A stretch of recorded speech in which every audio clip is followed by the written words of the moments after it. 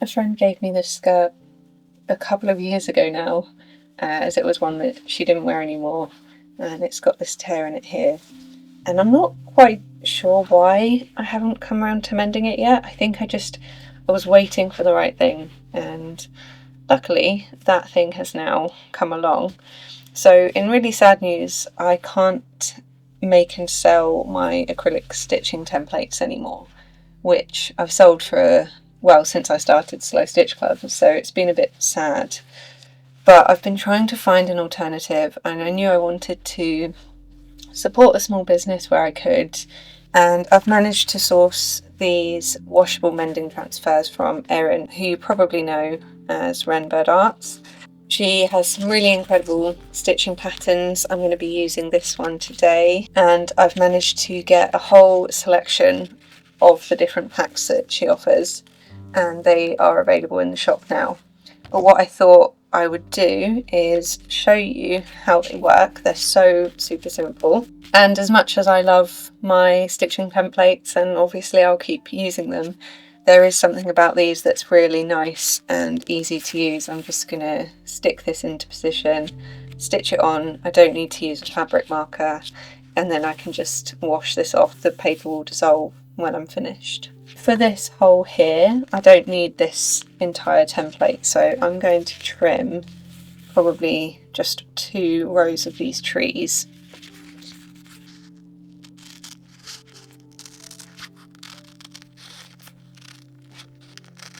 I'm just being careful not to cut into the 3rd row of trees, so I can use this for another pattern. And then I'm going to aim to stick this about here. So I'm just going to peel the backing paper off and decide where I want these trees to be. So I think about here. So I'm just going to stitch that down, and I've left a little bit of the fraying raw edges because I like it when those are visible on the finished repair. And then before I can start stitching, the last thing to do, I still need to add a patch fabric to the inside of the denim. So I'm going to quickly do that now and baste that into position, and then I'll be ready to start stitching. One of the brilliant things about these templates is that Erin has made videos to go alongside all of the different sets. So there are so many sets. I think there might be 10 different pattern sets now. I've managed to get a selection, but the videos will show you tips and tricks and different ways and orders that you can do all of these stitches. So with this one, you could have different coloured threads for the leaves and the tree stump. And I'm kind of using this as an opportunity to experiment with the order that I'm doing these stitches in. So for me, because it's all one colour, I can do both the tree stump and the leaves in one go. But if I was using 2 different colours, there would be a slightly different stitching pattern, and Erin explains that really well in the videos.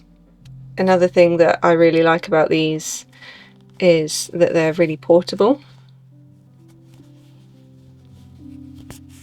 So they'd be great if you were on a long train journey or had a big trip coming up, and you can stitch the templates into place, and then all you need is your needle and thread. You could probably do a few more stitches at a time than I'm doing here, but because I'm stitching through probably 3 to 4 layers of denim here, because I've got my patch fabric, I've got the hem, and then another layer, and it's definitely worth, for my fingers' sake, just stitching 1 stitch at a time. And then I'm going to go up, I think, and do the tree above, and then work in that direction, so going up and then down until I filled it in. One of the things I used to find really frustrating about working with chalk markers, if I'd drawn my design on, was that in the act of stitching, I always seemed to wear the markings away before I'd finished. So that's another plus side that I'm finding of these, just as I'm stitching along.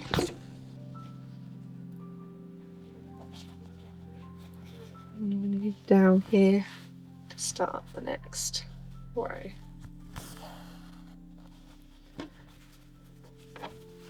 You can see slightly random on the back. I'm sure Erin's looks much neater than this.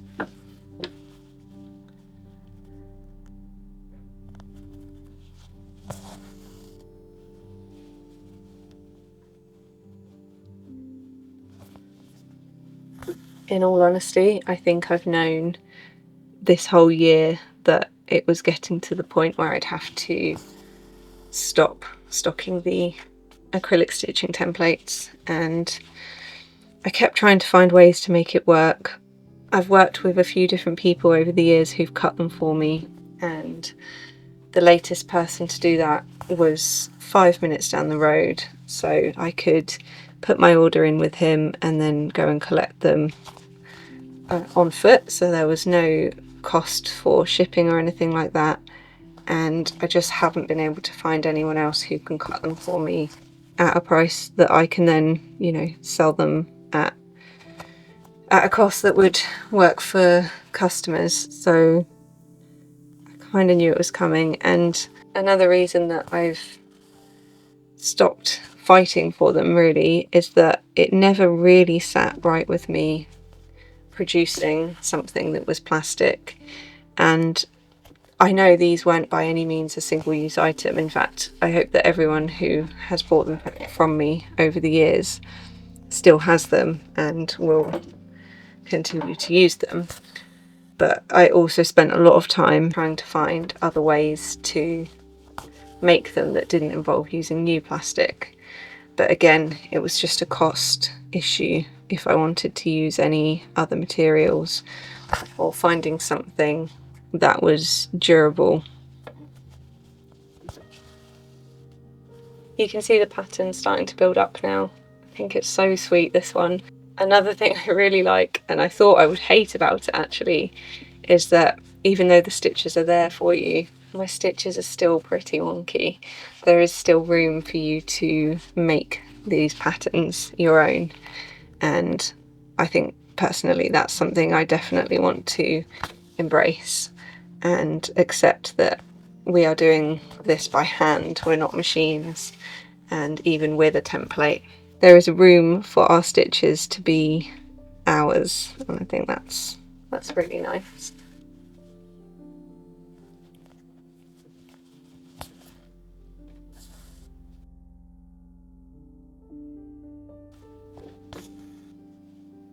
I just realised that I messed up my stitching order a bit here. I've ended up on the wrong side, so I'm going to have to jump over a little bit.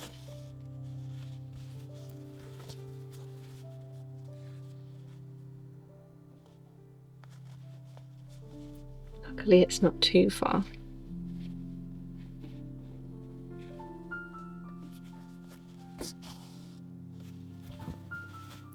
It's not too much of a jump, it's just gone over some of my other stitches.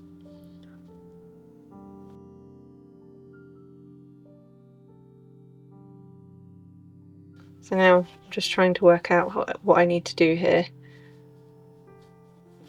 to make sure that I end up in the right place. This is the downside of me doing this for the first time on camera, but at least you know this is a genuine experience of me using these for the first time.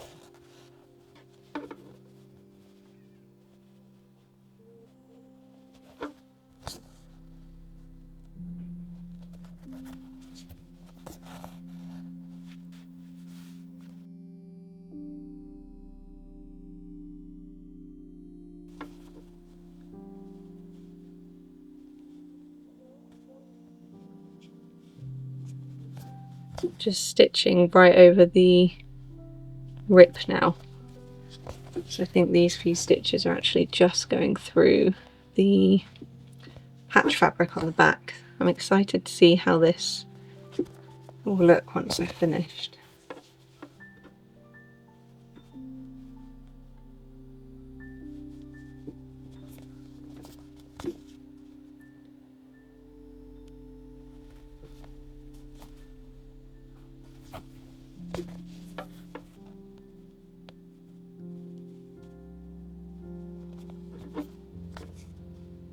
And I'm just starting to run out of thread now as well, so I'm aiming to finish this tree and then add in a new length of yarn.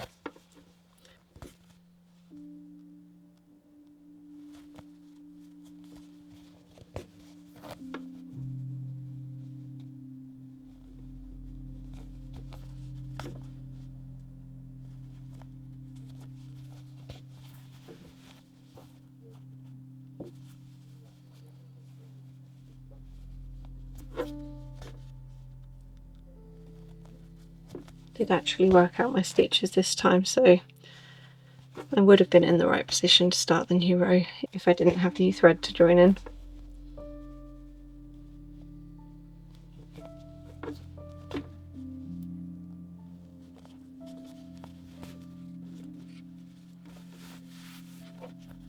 I'm going to start at the top with my new length of yarn, just so that my thread tails are a bit more spaced out once I've finished.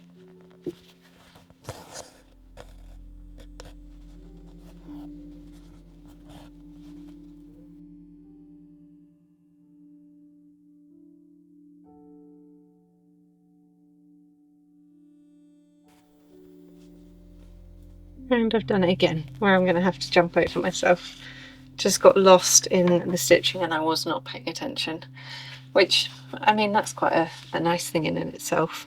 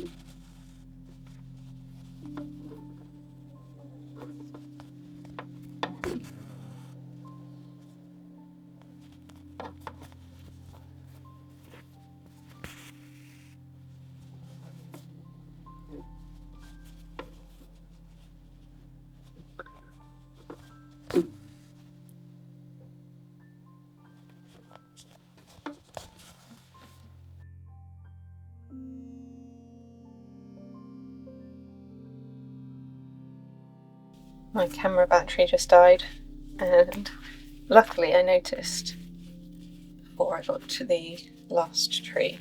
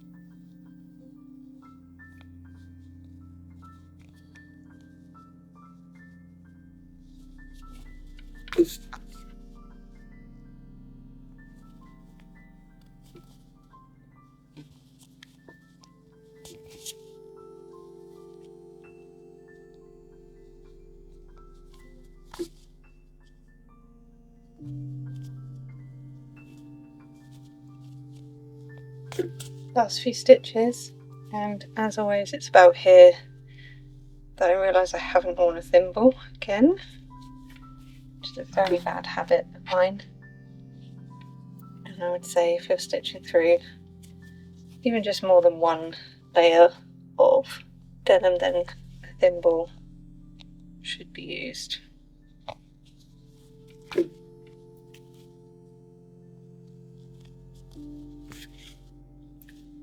So that's the template stitched into place and ready to wash off. I'm going to quickly weave in the ends and then we will head to the bath. The skirt has now dried, and as you can see the template has completely dissolved. Patch is in place on the reverse, and that's the mend finished. I really love the just tiny strip of patch denim that you can see coming through, and I really like the treat. I think that works really well for the area of the skirt, you know, being on the hem, and I'm glad I just stuck to the 2 rows of them. I think they look really sweet. I really hope my friend is happy with them. I hope you enjoyed watching me using these templates for the first time. If you have any questions then please let me know, and I hope that you like the variety of patterns that I've picked from Erin to have in the shop. I have a few more that I've set aside for myself. I can't wait to try. My favourite worn out pair of Levi's are definitely in need of some love, so I'm sure I'll be back with another video soon showing how I repair those. It was really hard to pick the designs that I wanted to have in the shop. I know this is very reflective on the camera as well, but just give you a quick look at some of the patterns that I've chosen. These are the trees that I've used on this skirt. And as I said, Erin has videos that you can look at to see the stitching order for all of these different patterns, and the QR code for that and website is in the instructions.